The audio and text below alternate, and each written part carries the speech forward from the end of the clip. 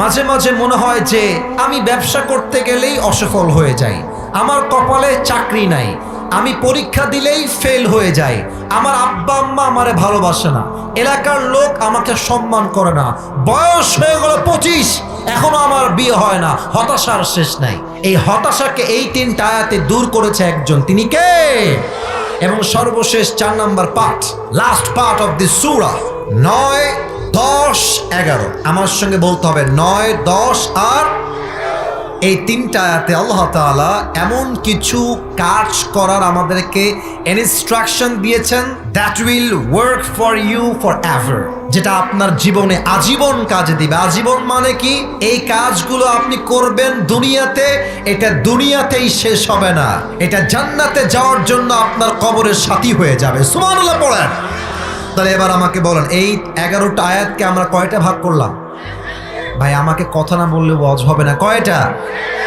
এবার আসুন আমরা শুরু করে দেই। এই সূরাটা কেন নাজিল হয়েছে, কোন প্রেক্ষাপটে নাজিল হয়েছে, শানে নুজুল কি ছিল? হাদিসে আসছে আল্লাহর হাবিব সাল্লাল্লাহু আলাইহি ওয়াসাল্লামের কাছে সব সময়, প্রত্যেক সময় কন্টিনিউয়াস প্রসেসে ওহী নাজিল হতো। কয়েকদিন পর পর ওহী আসতো। হঠাৎ করে ওহী আসা বন্ধ হয়ে গেল। কোথাও আসছে 7 দিন, কোথাও আসছে 2 সপ্তাহ, কোথাও আসছে 18 দিন, কোথাও আসছে 2 মাস যাবত ওহী আর নাজিল হয় না।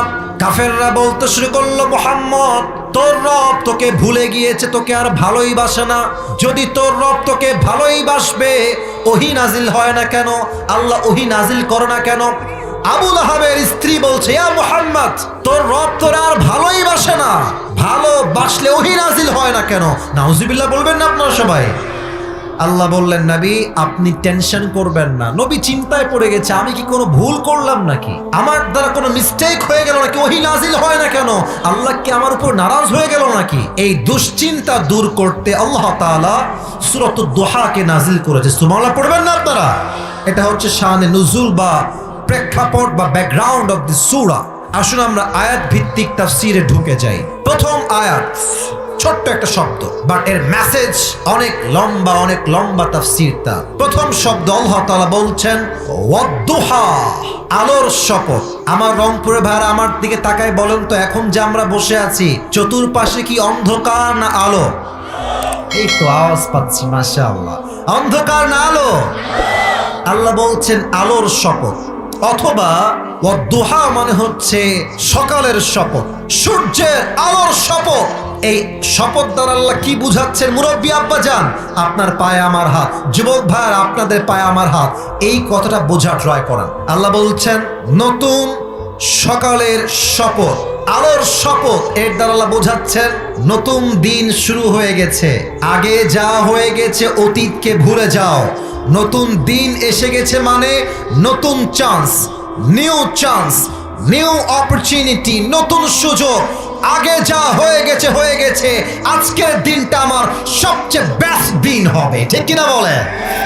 আমি গতবার যখন মিঠাপুকুরে এসেছিলাম, দিনের বেলায় মাহফিল ছিল, আমি একটা কথা সেখানে বলেছিলাম, अगर जिंदगी में आगे बढ़ना चाहते हो तो पीछे देखो कि पीछे क्या गलती हो गया, और अगर जिंदगी को जीना चाहते हो तो आगे देखो। জীবনটা যদি এনজয় করতে চান সামনে তাকান, আর যদি জীবনটা বুঝতে চান পেছনের দিকে তাকান, কি ভুল করেছেন শিক্ষা নেন, উপদেশ গ্রহণ করে সামনে এগিয়ে যান, ঠিক কিনা বলে? পিছনে যা হয়ে গেছে এটা নিয়ে ভাবার সময় আমাদের কাছে নাই। অনেক যুবক দেখবেন যে প্রেম করে ছ্যাঁকা খেয়ে বেকা হয়ে গেছে, এখন গার্লফ্রেন্ডকে আর ভুলতে পারে না। হুজুর আমি তো ভুলতে পারি না হুজুর, আমার তো পড়ায় মনোযোগ নাই, খাওয়ায় মনোযোগ নাই।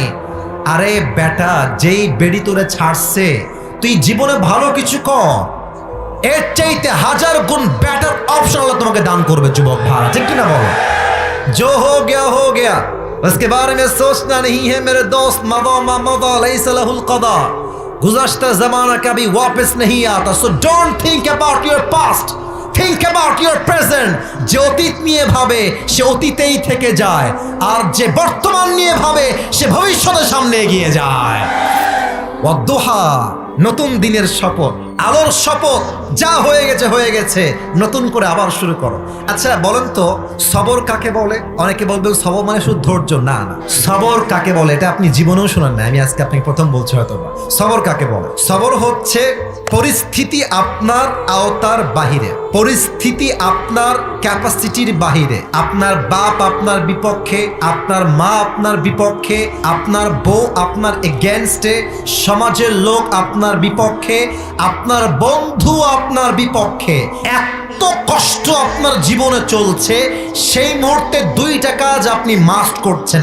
এক, আপনার স্বপ্নের জন্য যেই কাজ আপনি রেগুলার করেন, সমস্ত কষ্টের মাঝে সেই কাজটা আপনি করেই যাচ্ছেন, এবং হাজারো হতাশা, হাজারো কষ্ট আমার মনে আছে, আমি আল্লাহর আইনের বাহিরে যাচ্ছি না, স্বপ্নের কাজও করে যাচ্ছি কষ্টের মাঝে, আল্লাহর আইনকেও মানছি। এটার নাম হচ্ছে আসল ধৈর্য। কথা বোঝেন না আপনারা সবাই? আচ্ছা মনে করেন যে আপনার গাড়ি আছে, বাড়ি আছে, টাকা আছে, বউ সুন্দরী, বাপ মা আপনার পক্ষে, আপনি কাজ করতে পারবেন, খুবই সাধারণ ব্যাপার, মন তো ভালো, কাজ তো করতেই পারবেন, বাট পুরো সমাজ আপনার বিপক্ষে, আপনার বউ আপনার বিপক্ষে, বন্ধুরা আপনার বিপক্ষে, সেই মুহূর্তে যে তার স্বপ্নের জন্য কাজ করে তার মতো বীর বাহাদুর আর কেউ হতে পারে না।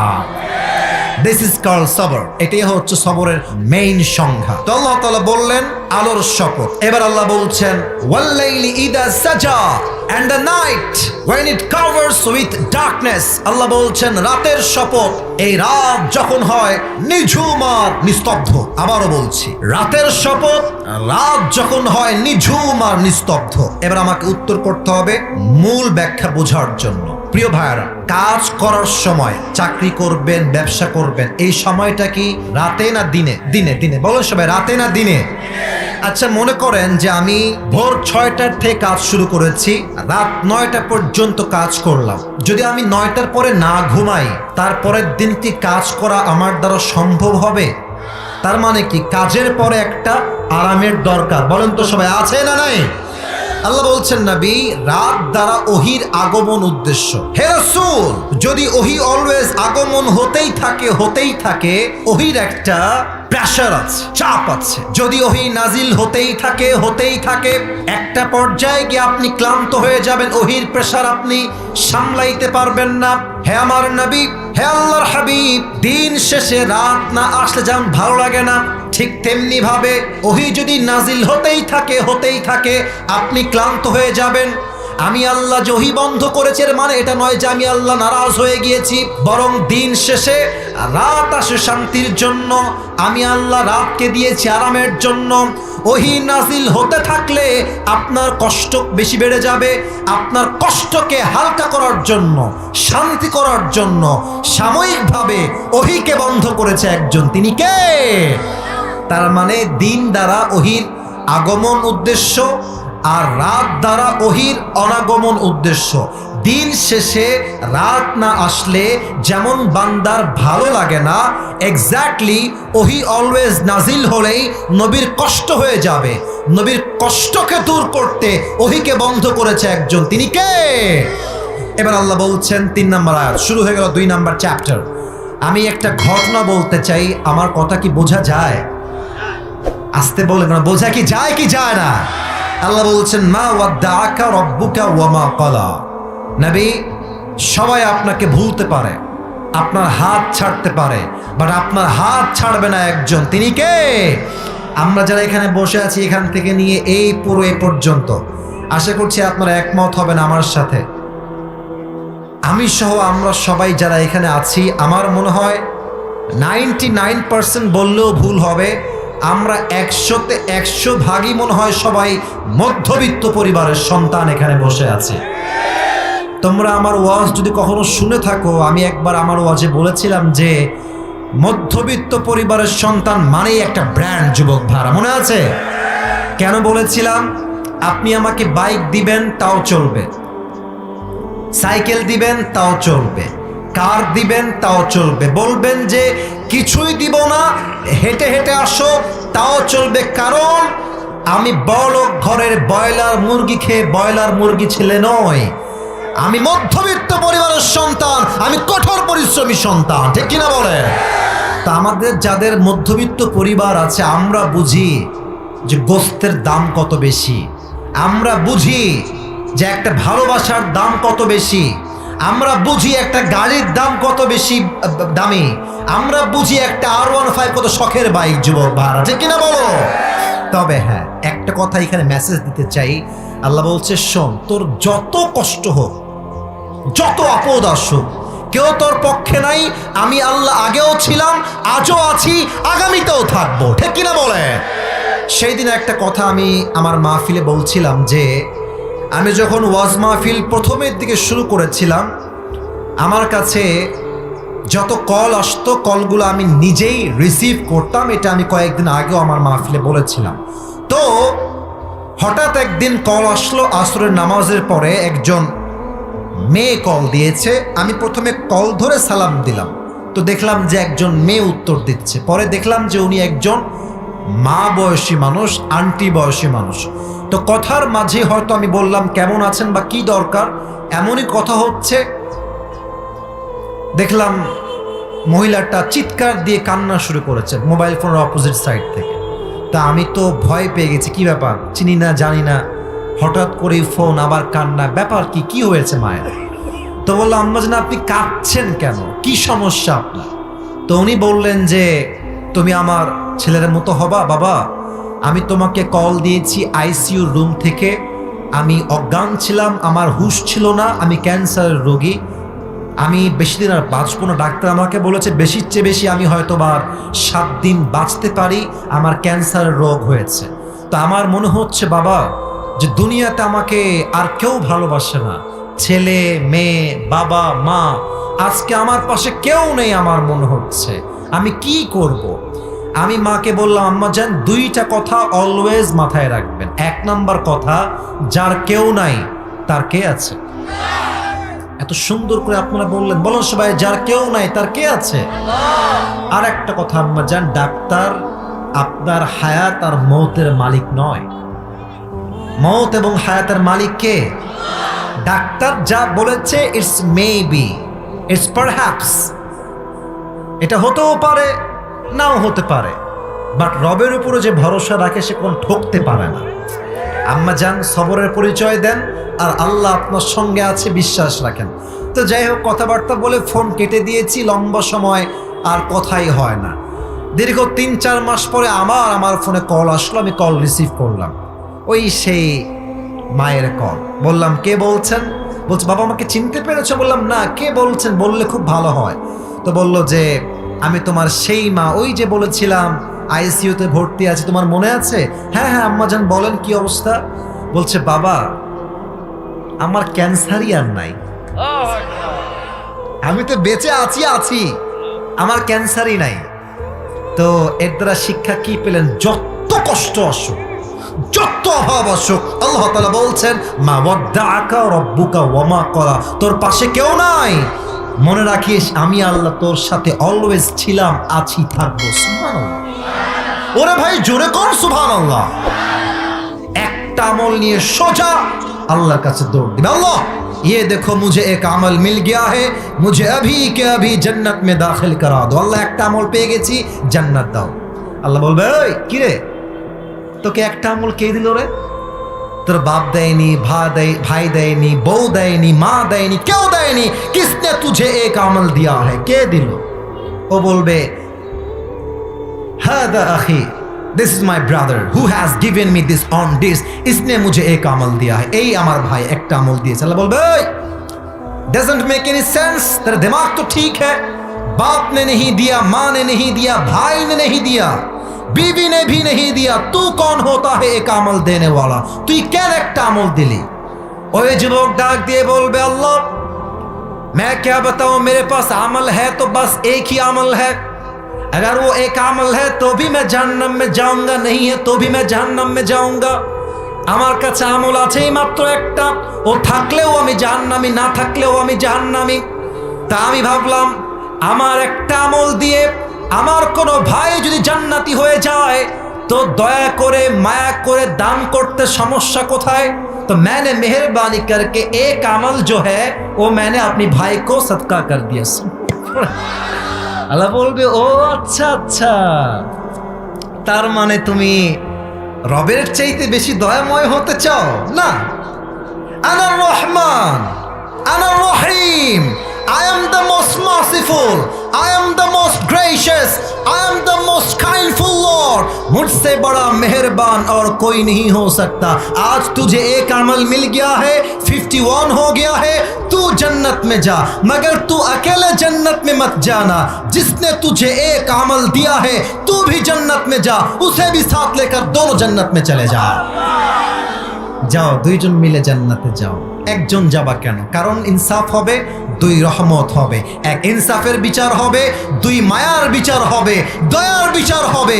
এই জন্য দুনিয়ার জীবনের চাইতে আখিরাতের জীবনকে উত্তম ঘোষণা করেছে একজন, তিনি কে?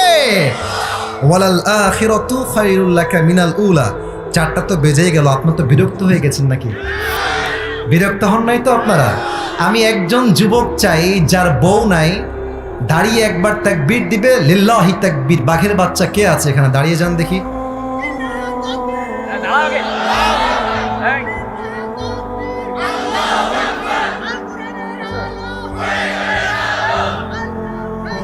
মাশাআল্লাহ, ভাইয়ের বিয়ে খুব ভালো হবে না বোঝা যাচ্ছে, কারণ সাউন্ড খুব ভালো না। আচ্ছা, আরেকজন লাগবে না, আমিই দিচ্ছি, আমিই পারবো ইনশাআল্লাহ। সবাই মিলে কাশি দিন দেখি। আর সবাই দেন কাশি মিয়া।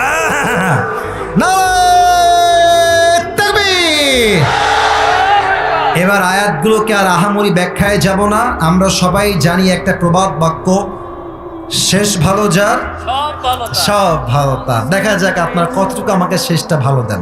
ওয়ালা সাউফা ইউতিকা রাব্বুকা ফাতারদা।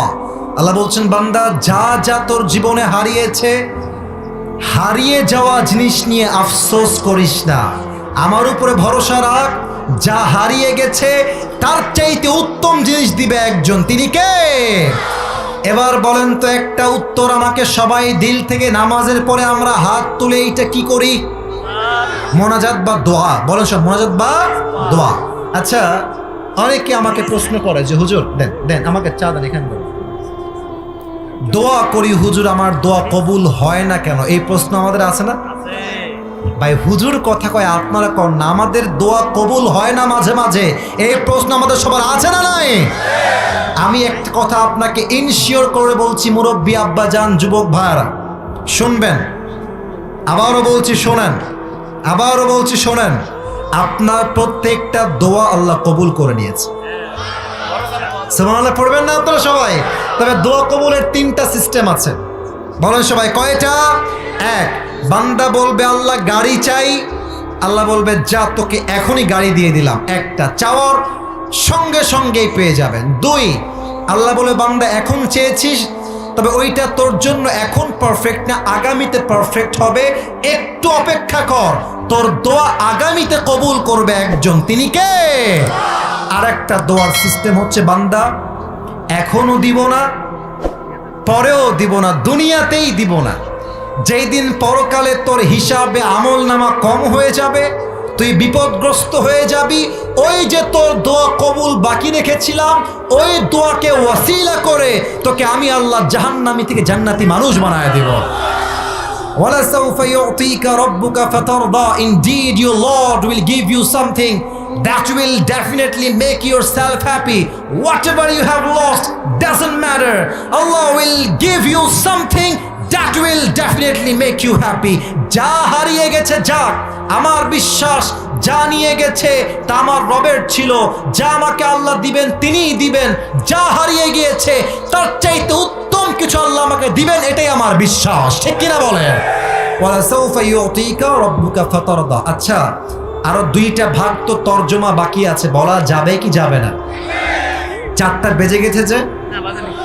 আচ্ছা, আর কয়টা বাজে? 3:51। আচ্ছা, 9 মিনিট সময় আছে, আমি 9 মিনিটের বেশি কথা বলবো না, জাস্ট ট্রান্সলেশন করছি। আচ্ছা, উঠে গেছে না বসতেছে? কোনটা?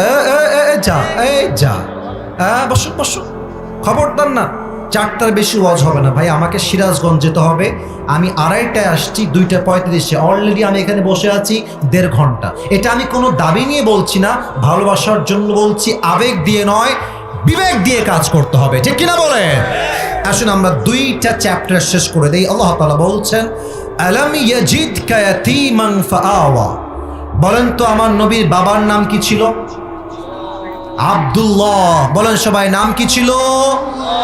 এবার বলেন নবীজির মায়ের নাম কি ছিল? বলেন তো নবীজির দাদার নাম কি ছিল? চাচার নাম কি ছিল? আবু তালেব। বলেন সবাই আবু। একের পরে এক সবাই বিদায় নিয়েছে। আল্লাহ বলছেন, নবী আপনি তো ইয়াতীম ছিলেন, আপনাকে ইয়াতীম থাকা অবস্থায় আপনার লালন পালন করেছে একজন। আওয়াজ দিয়ে বলেন সবাই, তিনি কে? 1 নাম্বার। 2 নাম্বার, ওয়াওয়াজাদাকা দাল্লান ফাহাদা। হে নবী আপনি পথ ভুলে গিয়েছিলেন, আপনাকে পথ দেখিয়েছে একজন। আওয়াজ দিয়ে বলেন সবাই, তিনি কে? আমি ছোট্ট একটা তাফসীর পেশ করছি, জাস্ট 1 মিনিট সময়। আমি উত্তর চাই সবার থেকে। কেউ উঠে গেলে খবর আছে কিন্তু, বলে দিচ্ছি, একজনও উঠবেন না। বলেন তো দুনিয়ায় আসার আগে আমাদের সকলের বাসা কি জান্নাতে ছিল না জাহান্নামে ছিল? জান্নাতে। বলেন তো আমাদের সকলের আদি পিতা প্রথম পুরুষ প্রথম নবী নাম কি? আদম আলাইহিস সালাতু ওয়াস সালাম। তার বাসা জাহান্নামে ছিল না জান্নাতে ছিল?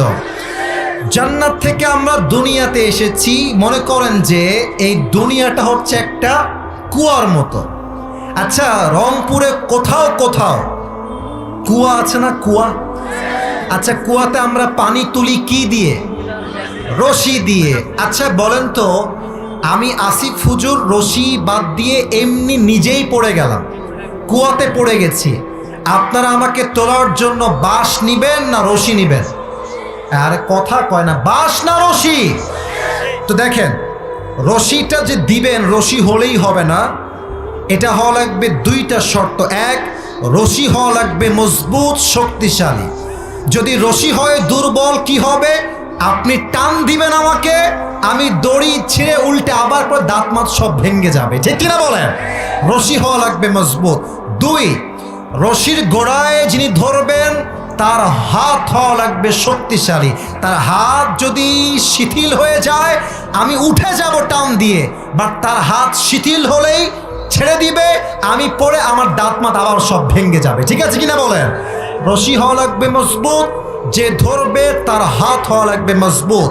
তাহলে আমরা সবাই পড়ে আছি দুনিয়া নামক কুয়াতে। আমাদের মূল ঠিকানা হচ্ছে জান্নাত। আল্লাহ বললেন, বান্দা তোমরা সবাই পথ ভুলে গেছো জান্নাতে যাওয়ার। আমি আল্লাহ একটা রশি ফেললাম, ওয়াতাসিমু বিহাবলিল্লাহি জামিআ। আল্লাহর এই রশিকে শক্ত করে ধরো। এবার বলেন তো, এইটা হচ্ছে আল্লাহর রশি, এর চাইতে শক্তিশালী আর কোনো রশি কি হতে পারে?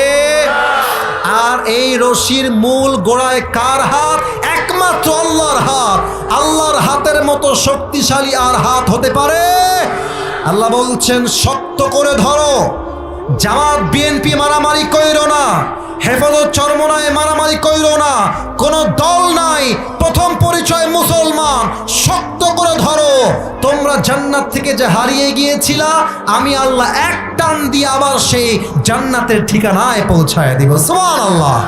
ওয়াওয়াজাদাকা দাল্লান ফাহাদা। নবী আপনি পথ ভুলে গিয়েছিলেন, আপনাকে কোরআন দিয়ে পথ দেখিয়েছে একজন, তিনি কে? ওয়াওয়াজাদাকা আইলান ফাগনা। নবী হে আপনি গরিব ছিলেন, খাদিজার মাধ্যমে আপনাকে বিয়ে দিয়ে আপনাকে ধনী বানিয়েছে একজন, তিনি কে? এবার 3টা আমাদের জন্য ইনস্ট্রাকশন। 1, ফাআম্মাল ইয়াতীমা ফালা তাকহার। ইয়াতীমের সঙ্গে খারাপ ব্যবহার করো না। ওয়াম্মাস সাইলা ফালা তানহার। কেউ চাইতে আসলে খালি হাতে ফিরিয়ে দিও না। ওয়াম্মা বিনিআমাতি রাব্বিকা ফাহাদ্দিস। আল্লাহ তোমাকে যেই যে নিয়ামত দিয়েছে শুকরিয়াতান সবাইকে বলো, আর পড়ো সবাই মিলে আলহামদুলিল্লাহ।